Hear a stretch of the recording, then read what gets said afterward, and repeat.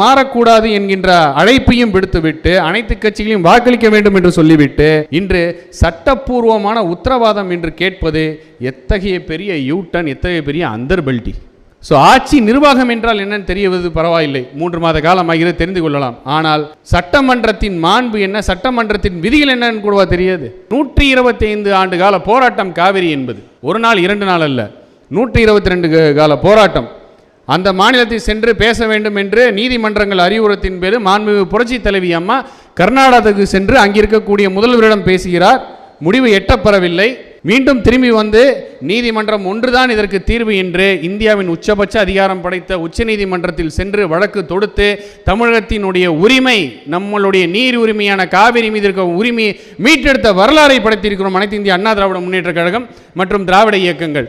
அந்த உரிமை நம் கண்முன்னே பறிபோகும் பொழுது, சட்டமன்றத்தில் தீர்மானம் என்று வருகின்ற பொழுது திடீரென்று எதிர்க்கட்சி தலைவர் எழுந்து நான் சொல்லக்கூடிய இந்த ஆலோசனையும் சேர்த்துக் கொள்ளுங்கள் என்று சொல்வதும், ஆகா நான் சேர்த்துக் கொள்கிறேன் என்று சொல்வதும் அது விதி மீறல் என்பதை கூட புரியாமல் அவசரமாக விளம்பர பித்து பிடித்து அலைந்து எதை செய்தால் பித்தம் தெளியும் என்பது போல் இந்த ஆட்சி இருப்பது என்பதுதான் உண்மை. இன்றைக்கு மேகதாத்துக்கு தனியாக ஒரு தீர்ப்பாயமே கேட்டாங்க.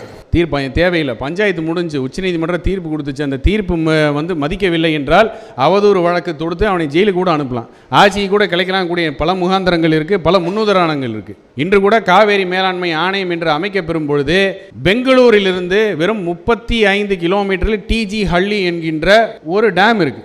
1933ஆம் ஆண்டு கட்டப்பட்ட டிஜி ஹள்ளி என்கின்ற ஒரு டேம். பெங்களூர் குடிநீர் வாரியம் சொல்வது என்னவென்றால், மேகதாது அணை என்பது தேவையே இல்லை, 4 டிஎம்சி தண்ணி தான் மேகதாது அணை கட்டப்பட்டால் குடிநீர் தேவை என்கிறீர்கள். ஆனால் 35 கிலோமீட்டருக்கு தள்ளி இருக்கக்கூடிய டிஜி ஹள்ளி டேமில் 2.2 டிஎம்சி தண்ணீர் இப்போது இருக்கு. 75 அடி நீர் தேக்கக்கூடிய அளவு இருந்தாலும் இப்பொழுது வெறும் 56 அடி நீர் தான் தேக்கிக் கொண்டிருக்கின்றோம். அதன் மூலம் பைப்புகள் எல்லாம் இணைத்து குடிநீர் வசதி ஏற்படுத்தி கொண்டிருக்கிறோம். மேகதாது அணையோட திட்ட அறிக்கையில் குடிநீர் தேவைக்கென்று குழாய்கள் பதிக்கக்கூடிய தரவுகள் கூட இல்லை என்று பெங்களூரோட குடிநீர் வாரியம் சொன்ன விஷயம். அப்போ நம்ம எதை பேசணும்?